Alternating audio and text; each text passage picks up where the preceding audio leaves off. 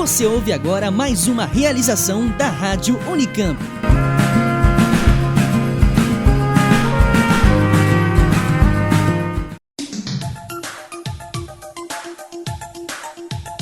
Está no ar Orelha de Livro, uma produção, editora da Unicamp.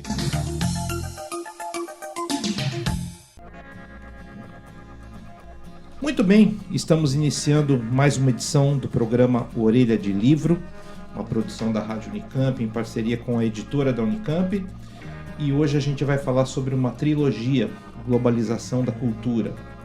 Os 3 livros da série A Circulação Transatlântica dos Impressos, de 1789 a 1914, lançados pela editora da Unicamp, são frutos de uma extensa pesquisa, um projeto de cooperação internacional que envolveu diversas universidades brasileiras e europeias e um time de mais de 40 pesquisadores.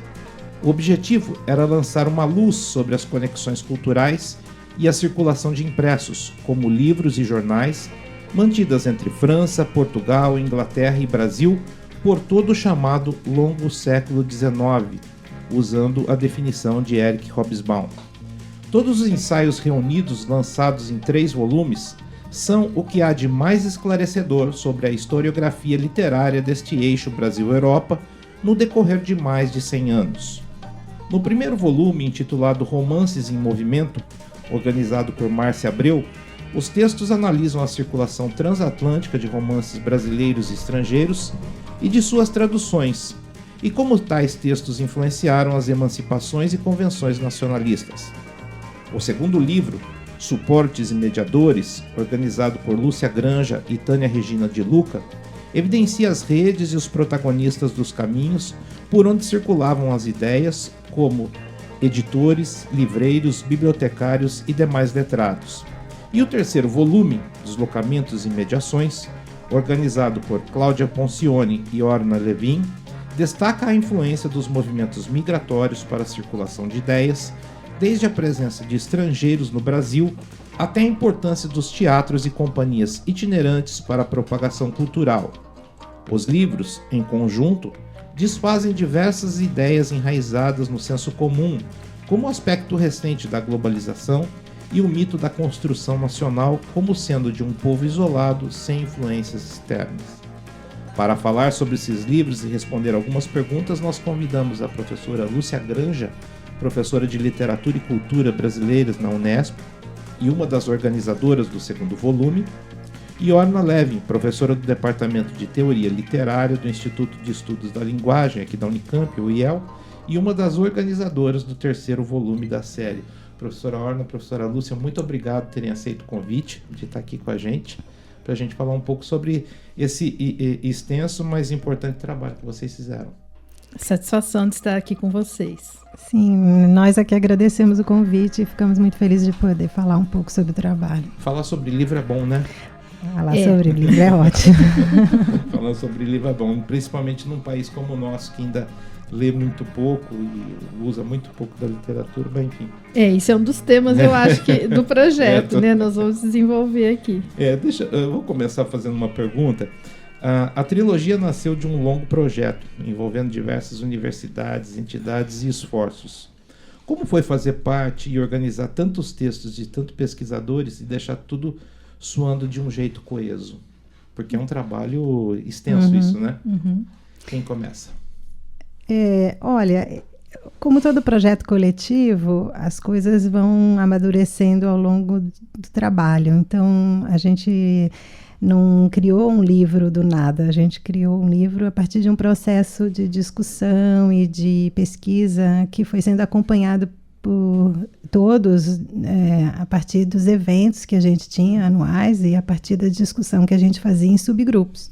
Uhum. A Lúcia pode confirmar isso, mas todo livro dá trabalho, sem dúvida. Claro. Projeto coletivo dá muito trabalho, sem dúvida. Mas o importante aí, eu acho que é a dinâmica do processo mesmo, né? Então, o livro, ele só é possível quando a gente, ao longo dos 4 anos de trabalho, vai dialogando entre os pesquisadores, vai dialogando entre nós e também com os nossos orientandos, com os nossos alunos, né, Lúcia? Eu acho que é isso. Pragmaticamente, na verdade, como a Orna disse, os 3 livros eles não estavam concebidos a priori. Nós estávamos trabalhando todos em volta desses conceitos que eram fundamentais para o projeto, que eram os conceitos de circulação e de globalização da cultura. Cada vez mais a gente se dedicou, inclusive, ao conceito de circulação. Circulação de quê? Dos impressos. Só que nós começamos, né, com os impressos e vimos ao longo do tempo que circulavam livros, periódicos, junto com os livros e com os periódicos, as pessoas, as ideias, as companhias teatrais, né, Orna, que foi aquilo sobre o que a Orna mais trabalhou. Enfim, atores diversos do mundo dos espetáculos. E nesse caso é que nós fomos nos reunindo por afinidades de temas, né? E como é que a gente chegou a isso?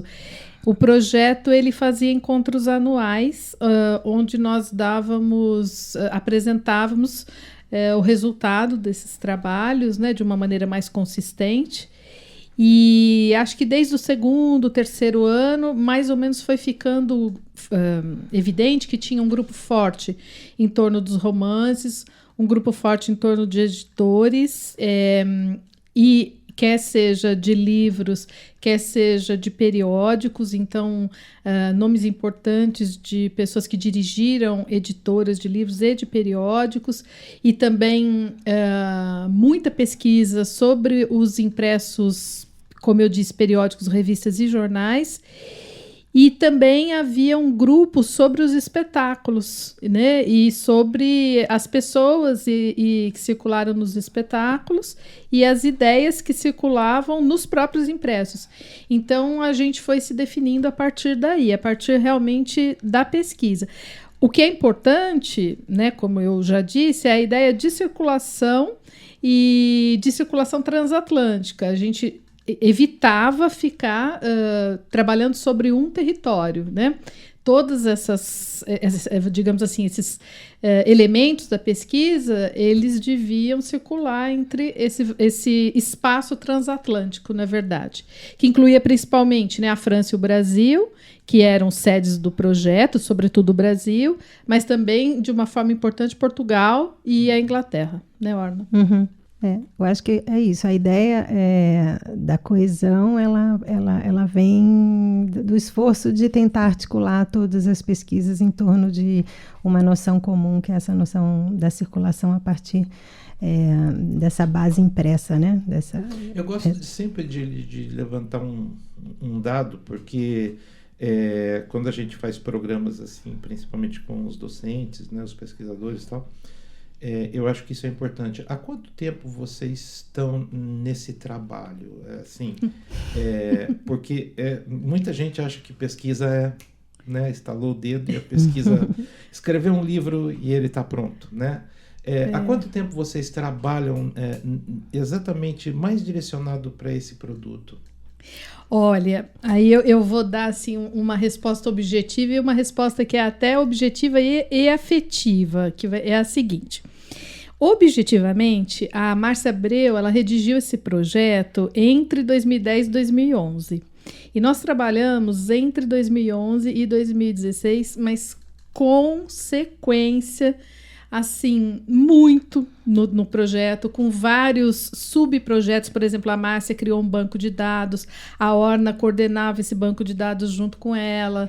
Então, havia, né, várias, digamos assim, dimensões dentro do projeto.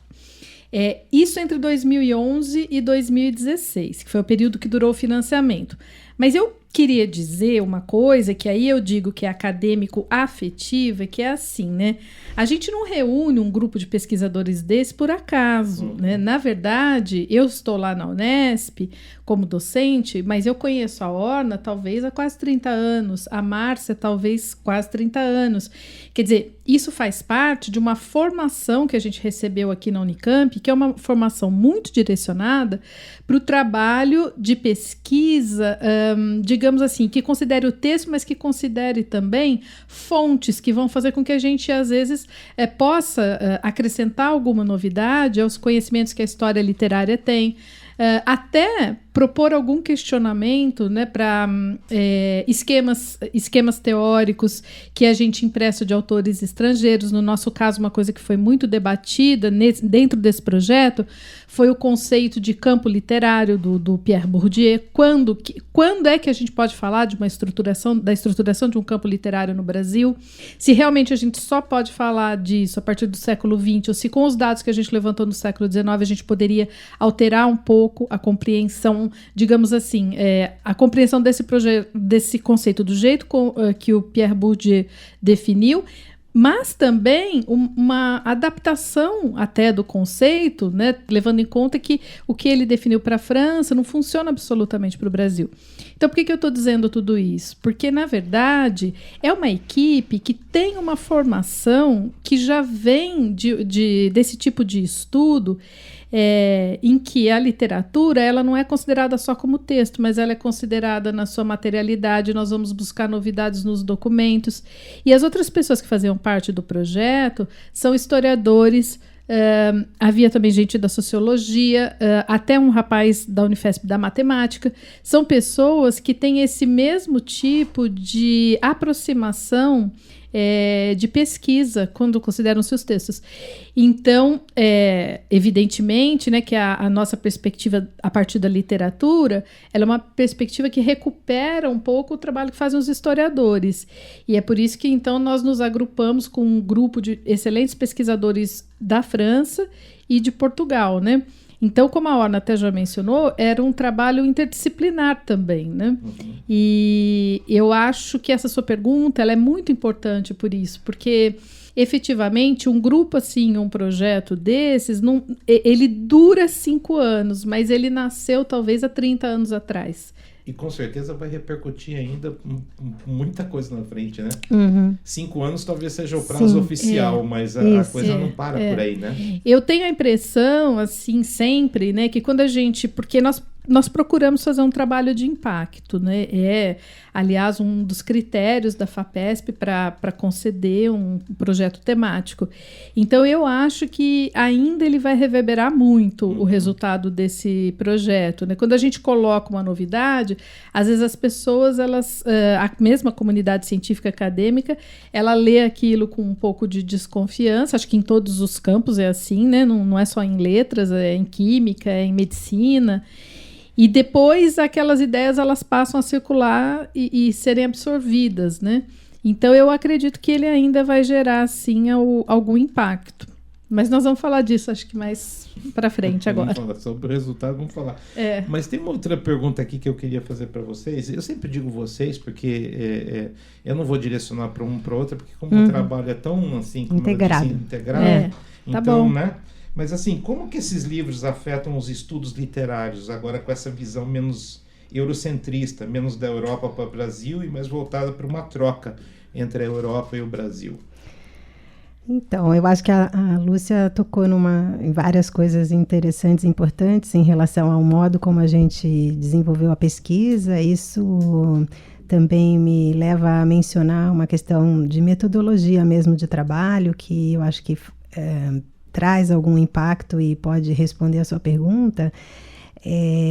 A gente, de alguma maneira, a gente está contribuindo para uma compreensão diferente sobre o século XIX. Por que eu digo diferente? Não porque os assuntos específicos sejam diferentes, mas porque a maneira de tratá-los é diferente ou a maneira de investigá-los é um pouco diferente. Então, é isso que eu estou aqui chamando de metodologia da pesquisa, porque nós não trabalhamos assim com um único autor ou com um único recorte temporal preciso. A gente trabalhou com processos e com dados em quantidade. Então, essa quantificação de dados e a tentativa de refletir sobre esses dados a partir de uma quantidade maior traz uma mudança no modo como você olha e você diz, bom, mas não é bem assim, as coisas não aconteceram da maneira como aparentemente a historiografia tem nos contado, né?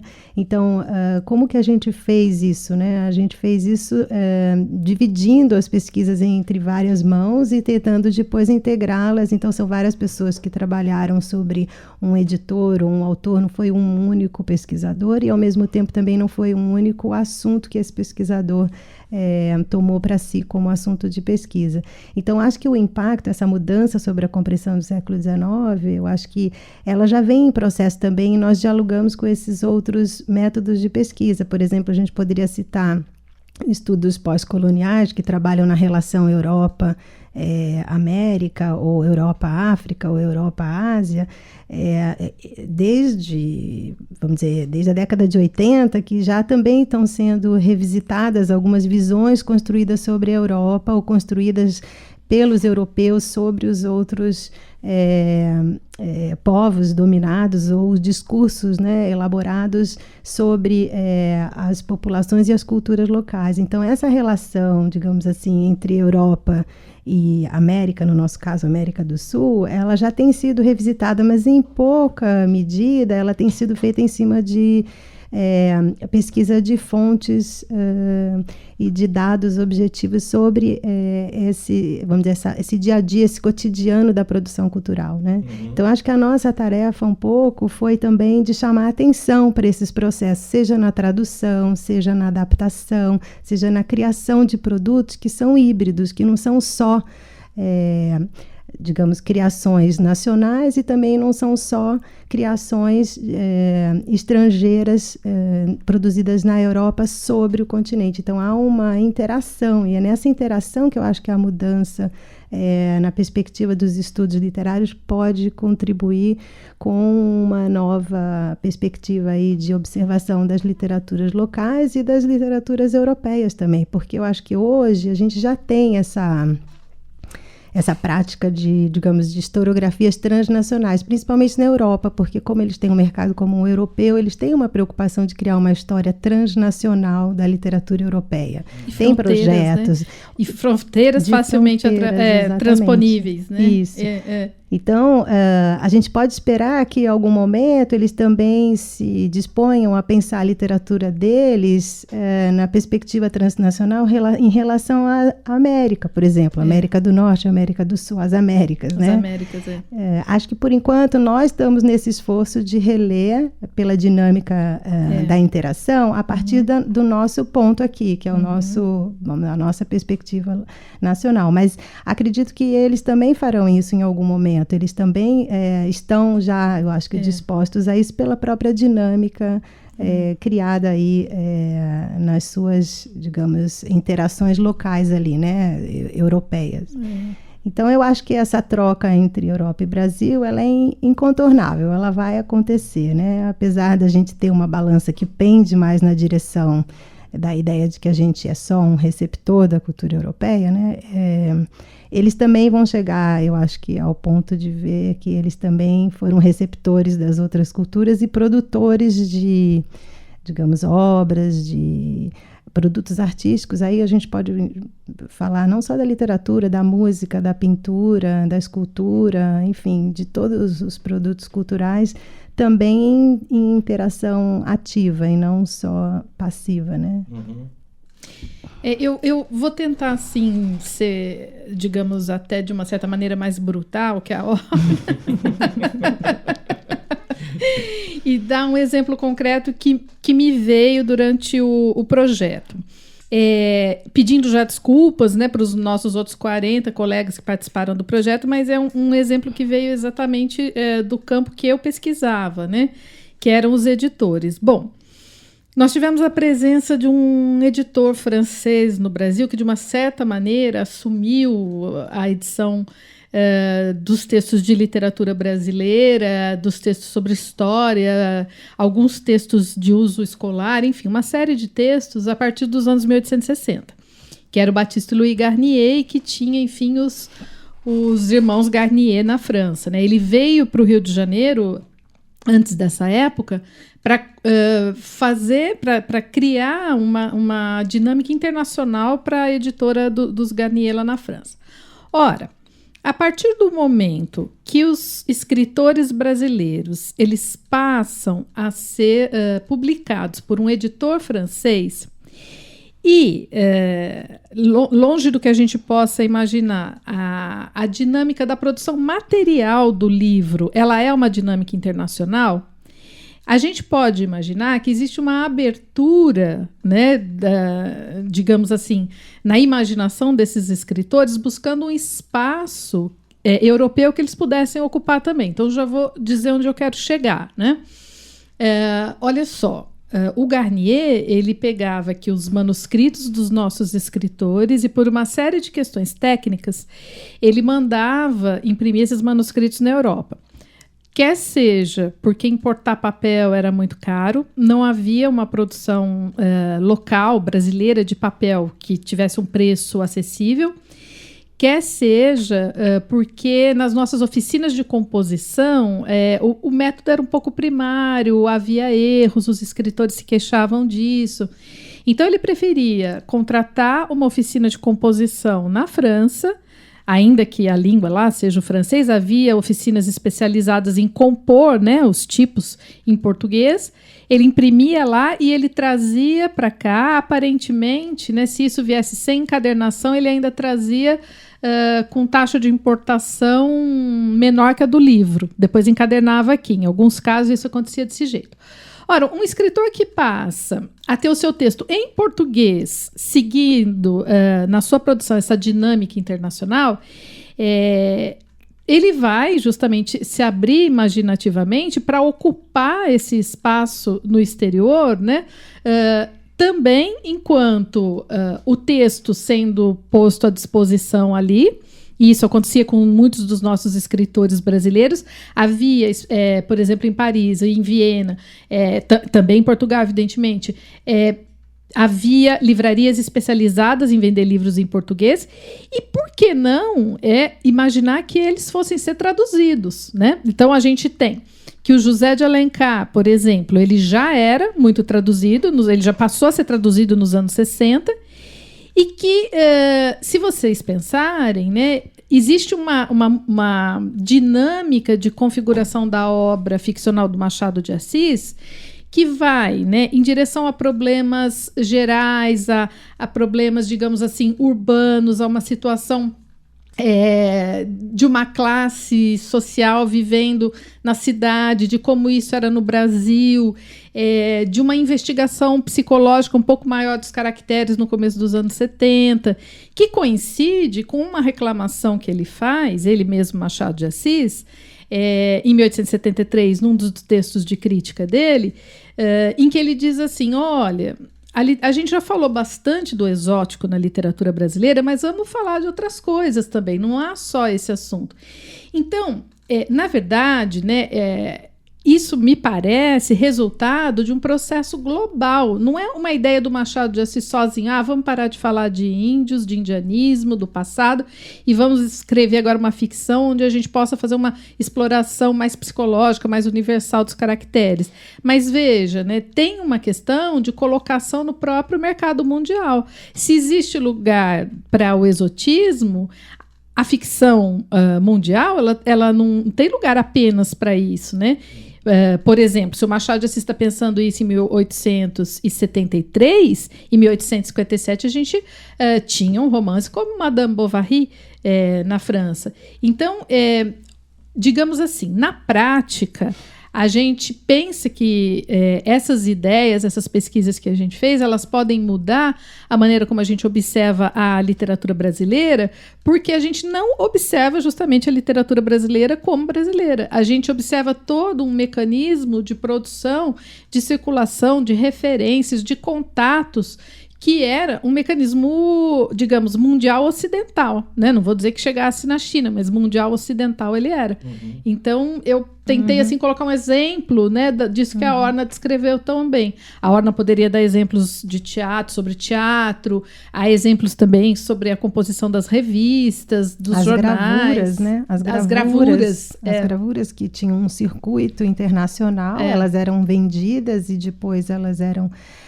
motivadoras de textos locais, mas elas circulavam num circuito que era amplo e que era transnacional.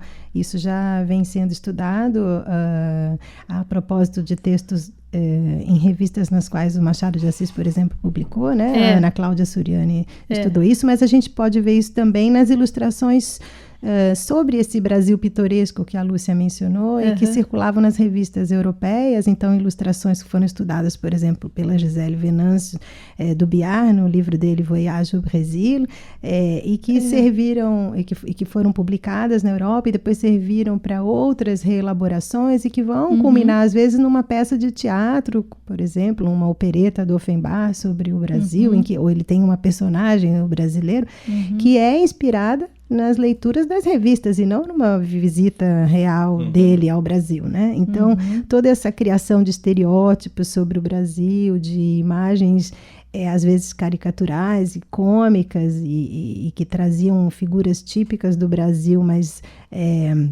levavam isso para o leitor francês, né? E levavam da França para o resto do mundo. Isso tudo entra justamente num circuito que é muito maior e mais amplo, extenso, né? De contatos culturais que reforçam determinadas imagens em detrimento de outras. Então, de fato, a nossa produção aqui, ela dialoga com essa produção. Às vezes ela reitera esses estereótipos, né? Às vezes ela serve a eles, às vezes não. Às vezes ela readapta. Então, a gente vai ter aqui, por exemplo, as operetas do Offenbach, que são um dos veículos de circulação dessas ideias estereotipadas sobre o brasileiro, sobre, a paisagem, o cenário americano, dos trópicos, né?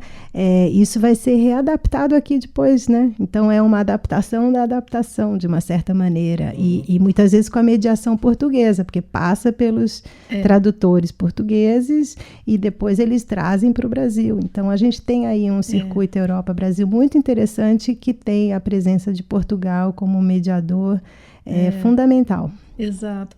Ou o que a Tânia de Luca estudou, né? Uma revista, ela muda um pouco de nome, então é uma revista ilustrada que é feita em Paris para circular no Brasil e em Portugal, né? Então, quer dizer, existe um gerente dessa revista em Paris, um escritório dessa revista em Paris, e como é que ele compõe? Ora, as revistas parisienses mandavam fazer, né, litogravuras, enfim, as gravuras da época.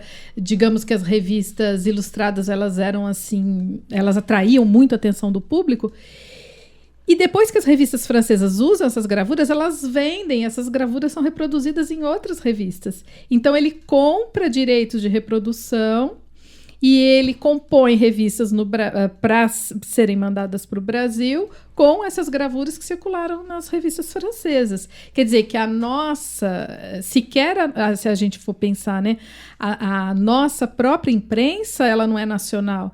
Ela é uma imprensa produzida por um gerente que está em Paris, que compra ilustrações em Paris e que faz uma revista que interessa ao público português e ao público brasileiro. Então, é uma revista internacional. Nossa imprensa nacional é internacional, né, Orna? Exatamente. E temos uma imprensa estrangeira no Brasil muito ativa, que se relaciona diretamente com o cenário local, mas em língua estrangeira. Então, por exemplo, a revista Bataclan, que foi estudada pelo professor Ion aqui, ela tem uma vida relativamente curta, digamos assim, em torno de 4, 5 anos, mas o que é importante aqui é que todos os ilustradores são franceses que passam a viver aqui no Brasil, mas eles trazem as técnicas do desenho da França, mas eles desenham sobre o que eles estão assistindo aqui no Brasil, em montagens feitas em língua francesa, e depois toda essa vivência teatral transferida para os textos e transferida para as imagens, ela vai ter uma circulação mais ampla. Então a pessoa não precisa estar lá assistindo o espetáculo, ela pode ler a revista, ela vê o desenho, ela lê o comentário, e aquilo vai criando um imaginário, uma referência comum para leitores. Então, o que eu acho que o nosso trabalho também mostra é que existe um conhecimento compartilhado pela leitura, que é da literatura em livro, mas que também é da imprensa. E essa imprensa, seja ela a pequena imprensa, a grande imprensa ou a imprensa ilustrada, ela tem um impacto enorme na criação de referências comuns para leitores que são leitores do mundo inteiro. Então, eu tenho o leitor de imprensa francesa que está aqui no Brasil, mas ele dialoga com a imprensa francesa lá da Europa, eles citam os jornais de lá citam os jornais daqui. A gente percebe que o leitor da Europa lê comentários ou ler o próprio jornal impresso aqui no Rio de Janeiro. Isso é incrível, porque a gente pensa que nós estamos aqui falando entre nós, só conosco mesmo em português. Não é verdade. Os nossos escritores liam essa imprensa francesa. A imprensa francesa fala sobre eles e escreve sobre eles para o leitor francês. E eles dizem isso: estou escrevendo para informar o meu leitor francês sobre o que está acontecendo aqui no Rio de Janeiro. E aí eles têm essa interação da mídia, né, da mídia impressa do século XIX, que é poderosíssima e que é muito ativa, porque a gente tem o transporte marítimo que faz a entrega dos jornais com uma rotina bastante assídua, né? Então, os paquetes que vão e vêm, eles trazem notícias impressas, né? Então, tem uma coisa sobre essa dinâmica temporal que o Jean-Yves Mollier, que era o coordenador do projeto lá na França, ele disse para a gente desde o começo, que é o seguinte: considerando um paquete que atravessa o Atlântico e traz um jornal para cá em 15 dias na metade do século XIX, isso equivale a um e-mail que chega lá em 2 segundos hoje em dia, né? Porque se a gente pegar, digamos assim, a tecnologia do momento, né? As condições de contato, uma pessoa que no Brasil lê o Conde de Monte Cristo, que seja, né? Um mês depois que o Conde de Monte Cristo saiu lá na Europa, traduzido em folhetim, que seja, né? Isso corresponde praticamente ao instantâneo. Então, existe uma mudança, né? Antes dos anos 50 era um pouco mais lento o processo. Depois que eles inventam essa navegação a vapor, se não houvesse nenhum problema, os paquetes chegavam aqui ao Rio de Janeiro em 15 dias. Então, isso equivale a sair uma novidade lá e aqui todo mundo está sabendo disso 15 dias depois, né? É interessante. É muito interessante. Deixa eu perguntar uma coisa para vocês. Vocês falam maravilhosamente bem. Para mim é uma aula, eu estou aprendendo aqui, né? Dos resultados que vocês tiveram, assim, superou as expectativas? Vocês, aliás, tinham alguma expectativa e isso superou? Porque deve ser interessante para quem pesquisa. História normalmente é feita de fatos bem estabelecidos, né? E a gente vai aprendendo isso ao longo do tempo. Quando há uma mudança nisso, a gente vê que não era bem assim e tal. Como é que é essa sensação do pesquisador e assim, o que supera a expectativa esse trabalho de vocês?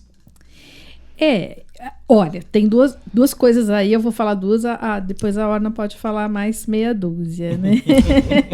Tem duas coisas. A gente, por ser pesquisador, tem uma autocrítica imensa, né?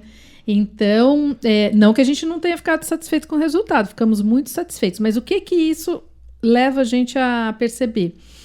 Que todos os dados que o projeto mobilizou não se encerram aqui, nesses resultados. A gente ainda tem muito a extrair disso, né? Então, a gente faz, assim, digamos, uma autocrítica. Olha, nós publicamos isso daqui, esse é o resultado, né, o que ficou realmente pronto em termos da análise que a gente fez dos dados, mas a gente tem bastante coisa ainda a apresentar. Eu acho que todo mundo que participou do projeto extraiu muito mais do que pôde colocar aqui. E muitas pessoas continuaram, né? Eu continuo fazendo a pesquisa, a Orna continuou também com o material que ela começou a levantar, né, Orna? Depois você fala da sua pesquisa, acho que de livre docência, não sei, ou enfim. Então, eu acho isso. A gente fica satisfeito, mas quer mais. Sem dúvida, eu acho que os resultados ultrapassaram do ponto de vista do que a gente encontrou como dado bruto, né? Muitos documentos, muitas revistas, muitos assuntos que se desdobram a partir do assunto inicial, né? Então, é muito rico, esse processo foi muito intenso, muito rico e de difícil, digamos assim, contenção, né? Porque a gente mergulhou e tivemos aí o entusiasmo de muitos alunos, muitos projetos desdobrados desse projeto principal, então ele vai ganhando braços e subbraços, então de fato eu acho que para todo mundo a sensação é de que ele abriu muitas portas. A gente pode dizer isso também em nome dos colegas que tiveram a mesma compreensão sobre os dados que encontraram, como que isso foi abrindo janelas para pesquisas em andamento. Então, como diz a Lúcia, a gente continua e a gente sofre um pouco de ter que botar como resultado, às vezes, uma coisa que é uma parte, que a gente tem consciência de que é uma parte do todo, né? Porque o todo, a gente tem uma visão muito maior. Mas, ao mesmo tempo, isso dá muita satisfação também, porque a gente percebe que existem muitas coisas a serem ainda descobertas e que a gente aqui tem material para muitas outras pesquisas e estimular muitos outros ainda alunos e pesquisadores. Porque vocês certamente orientam, né? Muito. Muito. Então, isso muito. significa que tem outros alunos vindo aí que vão dar continuidade nisso, porque como isso é muito rico, e certamente vai ter muito mais gente trabalhando, né? Então, a gente orienta, né? E não só nós, porque havia no projeto também professoras lá do Pará, uma professora que estava no Rio Grande do Sul e agora ela está aqui na Unifesp, gente da USP. Então, todo mundo tem orientando. Isso vai, como eu te disse, né? Ecoa, vai criando uma rede cada vez maior. E a gente ficou muito surpresa, né? Acho que a Orna também, a Márcia, a gente sempre diz isso. Por quê? Porque essa ideia da circulação transatlântica, ela começou a aparecer em outros projetos e colóquios nacionais e internacionais, não é, Orna? Uhum. Então, por exemplo, tem um pessoal na França produzindo um dicionário transatlântico de cultura, de circulação de cultura, né? Que eram pessoas ligadas ao projeto, mas isso já reverberou num projeto francês grande, financiado pela Agência Nacional de Pesquisa deles lá. E a gente tem recebido muita chamada de colóquio, muita chamada de publicação, com a ideia da circulação, né? Nos lugares mais surpreendentes para a gente. Por exemplo, eu recebi uma chamada de colóquio em Pau. Pau é uma cidade na França, lá perto da fronteira entre a França e a Espanha, né? A gente nem podia imaginar, né, que os resultados do projeto tivessem já se solidificado ou reverberado tão longe. Então, eu acho que uma satisfação é que as pessoas... Isso mostra que a gente abriu, talvez, né, um campo para que o debate seja feito fora desse âmbito apenas nacional. A gente está meio que caminhando para o final do programa, infelizmente. Eu estou aqui que eu já estou imaginando. Eu vou ler os 3 livros aí rapidamente. Que bom! Tem alguma coisa que vocês gostariam de colocar ainda sobre essas obras, ainda que a gente acabou não perguntando, porque às vezes o tempo é cruel com a gente, mas enfim, tem alguma coisa que vocês gostariam de colocar? Eu acho que para quem estuda literatura, né, bom, sem querer desfavorecer, né, o volume que eu organizei, o volume que a Orna organizou, diretamente o primeiro volume, que é Romances em Movimento, ele traz já resultados muito palpáveis, né? Claro que o volume que eu organizei, o que a Orna organizou, também tem resultados muito palpáveis, mas eu vou dizer assim, por exemplo, não dá mais para uma pessoa estudar o Toné sem ler os textos que ali foram publicados, mostrando que o Toné ele circulou em tradução imediatamente na França, na Alemanha. A mesma coisa o José de Alencar. Ninguém que vai estudar o José de Alencar vai poder estudar sem passar pela leitura disso. Outros autores, a mesma coisa sobre a relação entre autores e editores, e a mesma coisa sobre teatro, né? Não sei se a Orna tem um exemplo mais concreto, assim, do seu volume. Então, eu ia mencionar a mesma coisa que a Lúcia, na mesma direção, que os estudos literários, eu acho que eles se confrontam sempre com a questão da tradução, e eu acho que nesses 3 volumes a gente tem uma contribuição efetiva sobre o processo de tradução e o impacto das traduções para a nossa literatura, para a nossa produção, das traduções feitas para leitores europeus, ou seja, textos de português que foram traduzidos para o francês ou para o alemão, e vice-versa, textos do francês que foram traduzidos para o Brasil, para o português brasileiro, ou para o português de Portugal, e depois vieram a ser adaptados. Então, no caso do teatro, a gente pode pensar na produção, por exemplo, do Arthur Azevedo, Sim. que é um autor que foi um tradutor de muitas peças musicadas francesas e que é também considerado, digamos assim, o pai, né, da burleta, que é da revista brasileira, e que ela é totalmente, justamente, ligada a esse processo de tradução das operetas francesas e das adaptações, quer dizer, traduções adaptadas, porque a tradução não é nunca uma tradução isenta, ela é sempre adaptada e às vezes parodiada e às vezes imitada, daí o vocabulário varia um pouco, né, o grau, digamos, da adaptação, né, mas a gente hoje já pode discutir essa questão à luz da discussão dos direitos autorais, dos direitos do autor primeiro, né, em relação ao tradutor, e tudo isso acho que os nossos 3 volumes trazem de fato como um assunto muito importante para quem estuda literatura hoje em dia, para quem estuda a produção criativa, inventiva e tem uma ideia de que ela é pura ou de que ela é original, né? A gente mostra que também essa noção da pureza não existe, nós temos produtos híbridos e que são mutuamente dependentes. Eu acho que isso que é o interessante, né? Ok. Olha, eu só tenho a agradecer a vocês, porque assim, é bom conversar com pessoas assim, porque para a gente é sempre uma aula, é sempre um enriquecimento, é um aprendizado, é muito interessante. Então eu queria agradecer muito a presença de vocês e enfatizar isso, porque aqui tem uma representante da Unesp, uma representante da Unicamp, mas você citou o USP e outras universidades, quer dizer, é um trabalho feito em conjunto que valoriza o trabalho da universidade, né? Que valoriza o trabalho do professor e do pesquisador, né? É uma rede, como eu disse, que a gente vai construindo ao longo de muitas décadas, né?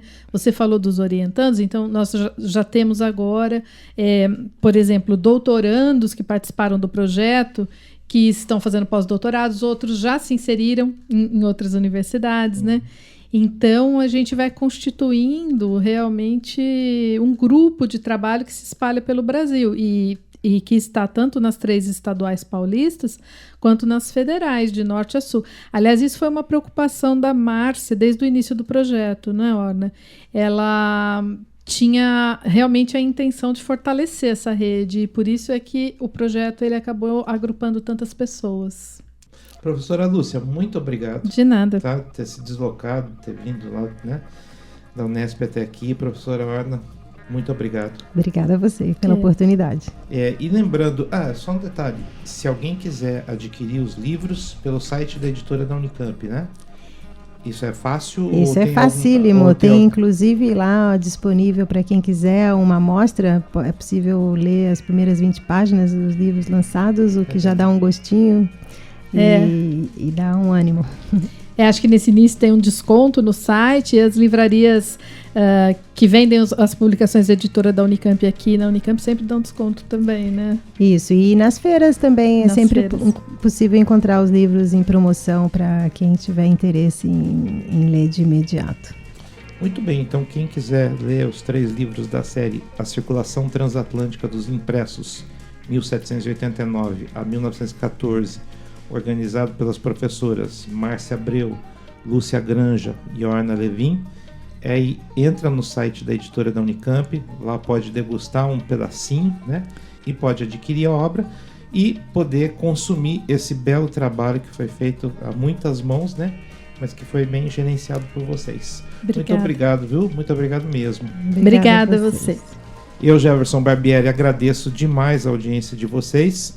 Lembrando, se tiver alguma sugestão, alguma crítica, alguma dúvida, por favor, entre em contato conosco através do e-mail radio@unicamp.br ou então pelo nosso telefone 19 3521 2063. O Orelha de Livro volta numa próxima oportunidade. Um abraço a todos e até lá. Termina agora Orelha de Livro, uma produção editora da Unicamp. Continue com nossa programação.